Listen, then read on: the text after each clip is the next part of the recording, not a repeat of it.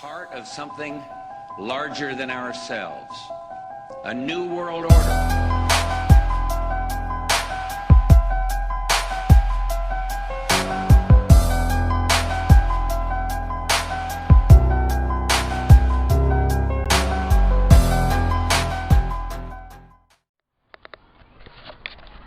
Hello YouTube, here we are once again. Strange thing happened yesterday. I went on to a train journey because I'd been offered a painting and decorating job.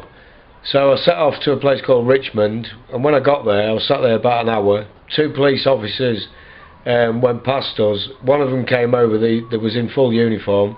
One of them came over to me and said, "Are you begging?" The other one then followed up and just stood behind the first police officer.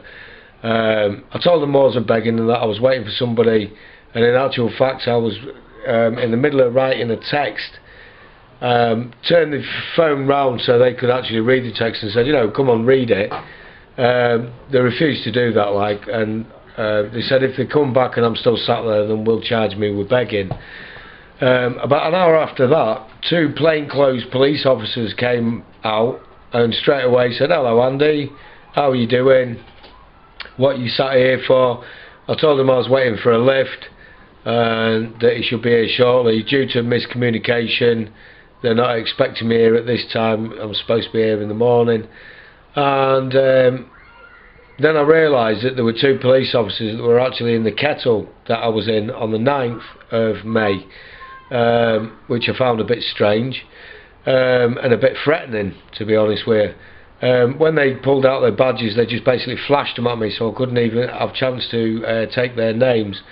Now this chance meeting, I'd call it, was strange enough, and then literally 2 minutes later another police officer on his own without the other two police officers came around the corner, also undercover, and said to me, "Hello Truth Machine." He didn't call me by my name, he called me Truth Machine, as if to almost say to me in a roundabout way, "We're watching you, we know about what you're putting out there on YouTube."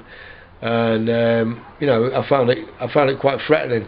Anyway, what I've done, I'm not exactly sure on how to do it or how to go about it, but I do know ex-police officer called Michael who's going to give me some information on how to go about seizing the CCTV footage from the camera of outside the tube station, and also I'd like to try and seize the footage from the transport underground transport, whatever it's called. So right, just to let the general public know, this is why I'm filming this, so you two can learn on how to seize footage to prove your innocence or your harassment by police officers. Right, if I could just get hold of you, Michael. How you doing, mate? How you doing, Andy? Yeah, fine. Right, so what's the crack on this? I need to seize the CCTV footage. How do I go about it with the council and with the transport police?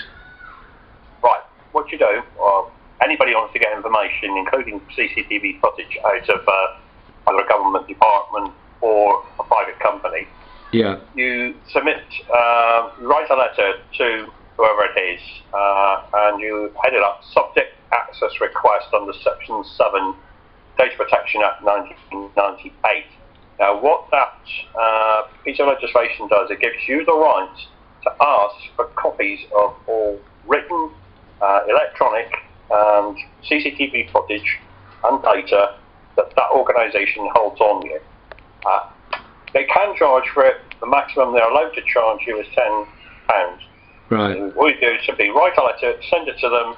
Once they get that letter, they've got 40 days to comply with it. If they don't, then you contact the Information Commissioner's office. They will normally say, give them a further 7 to 10 days. If they haven't complied in that extra 7 to 10 days, then you go back to the Information Commissioner and they then start enforcement action. Now, right, they have the power to fine anyone who does not comply with any aspect of data protection up to £500,000. Sorry, could you slow down a bit there? Under the Data Protection Act, sorry. Yeah, you've gone a bit too Data fast. Protection Act 1998. Yeah. Right, go on then. Yeah, so that's what you need to do. With the footage of where you're out in the street, you apply to your local authority. It's usually the data controller you apply to.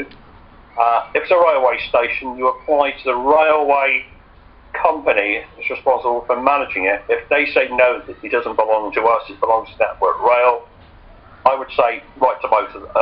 Contact them first, find out who is actually responsible, and then send your subject access request to them. Right. Underground railway systems, it's normally in London. It'll be the Transport for London.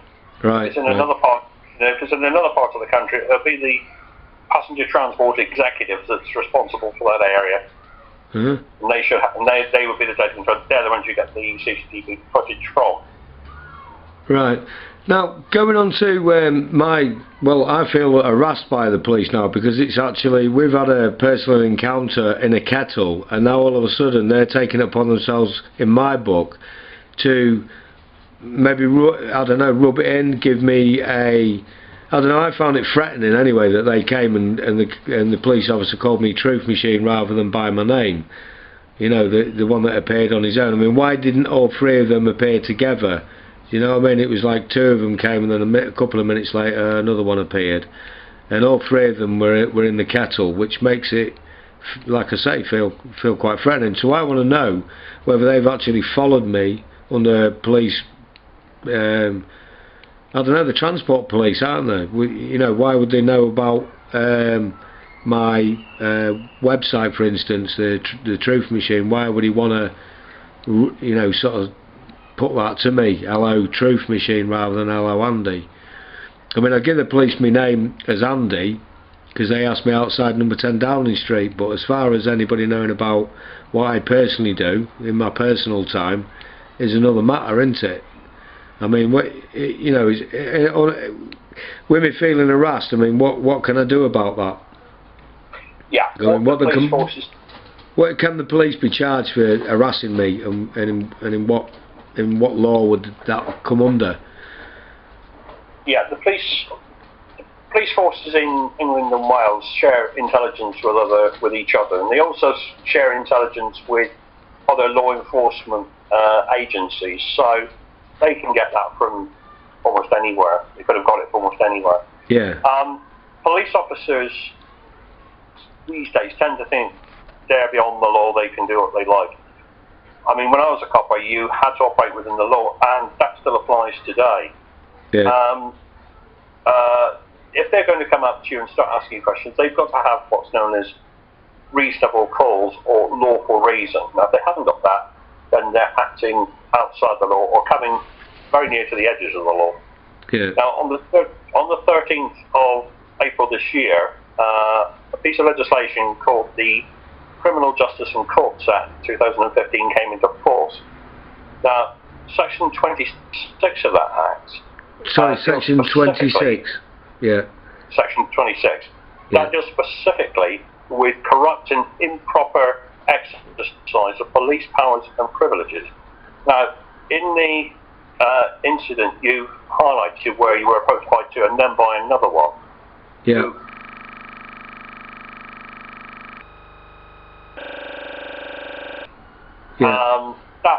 That would almost amount to improper exercise of questions.